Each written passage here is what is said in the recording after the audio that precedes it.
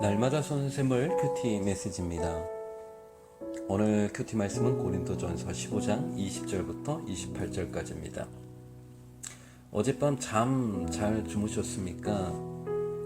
사람에게 잠이란 참 중요합니다. 잠을 못 자면 고통스럽죠. 하나님은 그의 사랑하시는 자에게 잠을 주신다 하셨는데, 잠은 우리에게 쉼과 안식이며 또 우리 육신과 영혼의 회복을 위해 결코 없어서는 안 될 중요한 것이죠. 하나님은 왜 우리에게 잠을 주셨을까? 저는 이런 생각을 해봅니다. 잠드는 것과 깨어나는 것, 이를 통해 매일 죽음과 부활을 기억하며 살라는 건 아닐까요? 성경은 죽음을 잠에 비유하죠. 아침에 깨어나면 마치 죽었다가 다시 살아나는 것과 비슷합니다. 오직 생명을 가진 자만이 아침 잠에서 깨어날 수 있죠. 어쩌면 이런 식으로 우리는 매일 죽음과 부활을 체험하며 살아가고 있는지 모릅니다.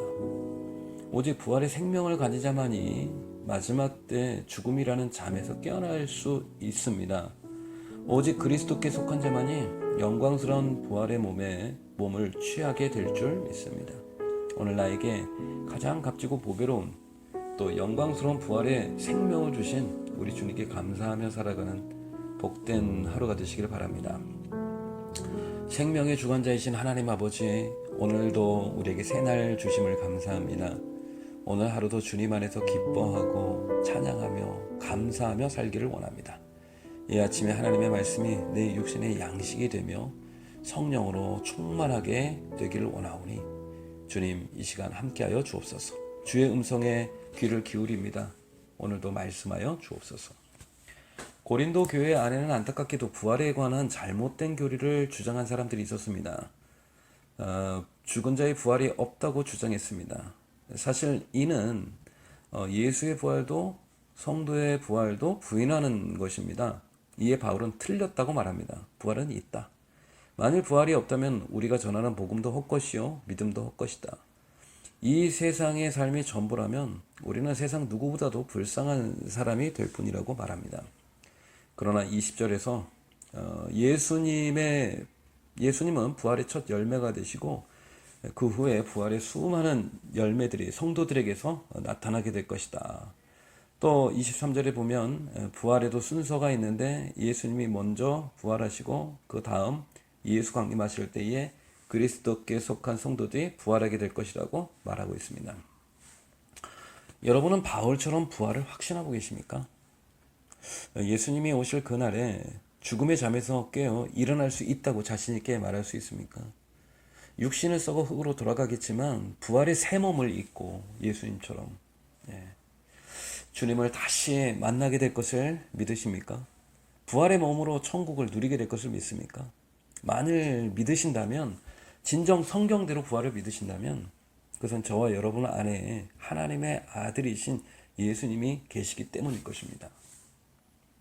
아들이 있는 자에게는 생명이 있고 하나님의 아들이 없는 자에게는 생명이 없느니라 말씀처럼 예수님만이, 오직 살아계신 하나님의 아들이신 예수님만이 우리에게 부활의 생명을 주실 수 있습니다. 예수 생명을 얻은 자, 예수님을 구원자로, 예수님을 주님으로 고백하게 됩니다. 예수님을 사랑하게 되고 그분께 자신의 삶을 기꺼이 헌신하게 됩니다.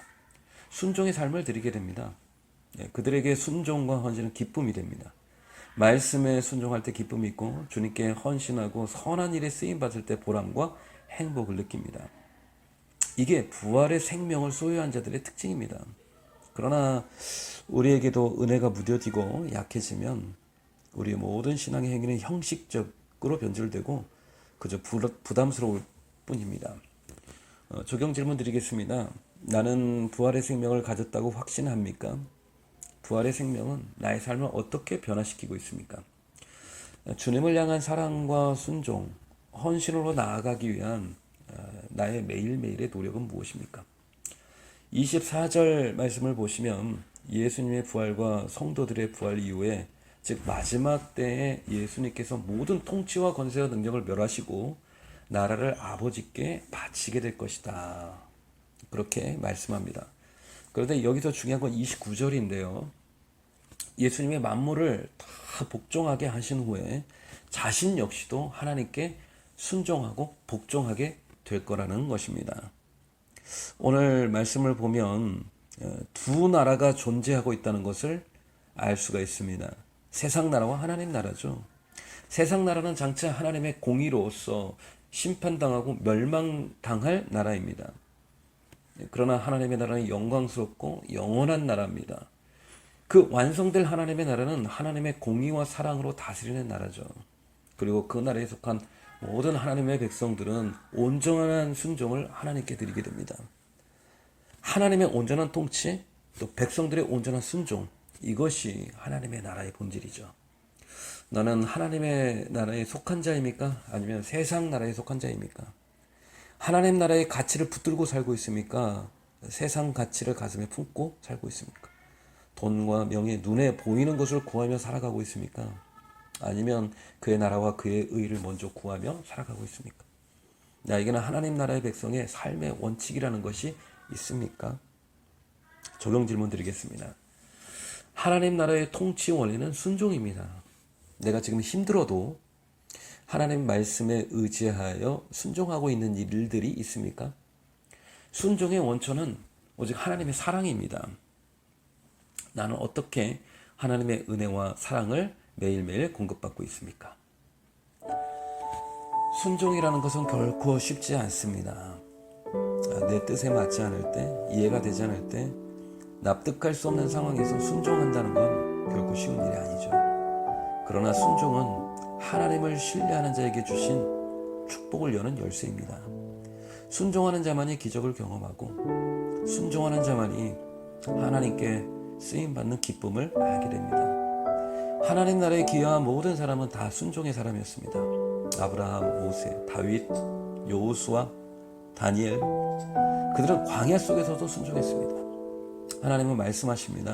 순종이 제사보다 낫다고. 순종으로 주님을 향한 사랑을 키워나가는 하루가 되시길 축복합니다. 기도하시겠습니다. 온 땅과 하늘의 주인 되신 하나님 아버지, 내 속에 먼저 하나님의 나라가 임하길 소원합니다. 하나님의 다스림과 통치 아래 순종하는 주의 백성으로 오늘 하루 살기를 원합니다. 의와 평강과 희락이 내 삶 속에, 우리 가정 속에 가득히 채워지게 하여 주옵소서. 하나님 나라 백성답게 오직 주님께만 순종하기를 원합니다. 너희는 먼저 그의 나라와 그의 의를 구하라 말씀하셨사오니 오늘 하루 순종의 열매를 맺는 하루가 되게 하여 주옵소서. 예수 소망, 부활의 소망으로 오늘도 오래 참고 인내하며 주님 맡겨주신 일에 최선을 다하며 주님의 뜻이 나를 통해 이루어지는 하루가 되게 하여 주옵소서. 예수님의 이름으로 기도드립니다.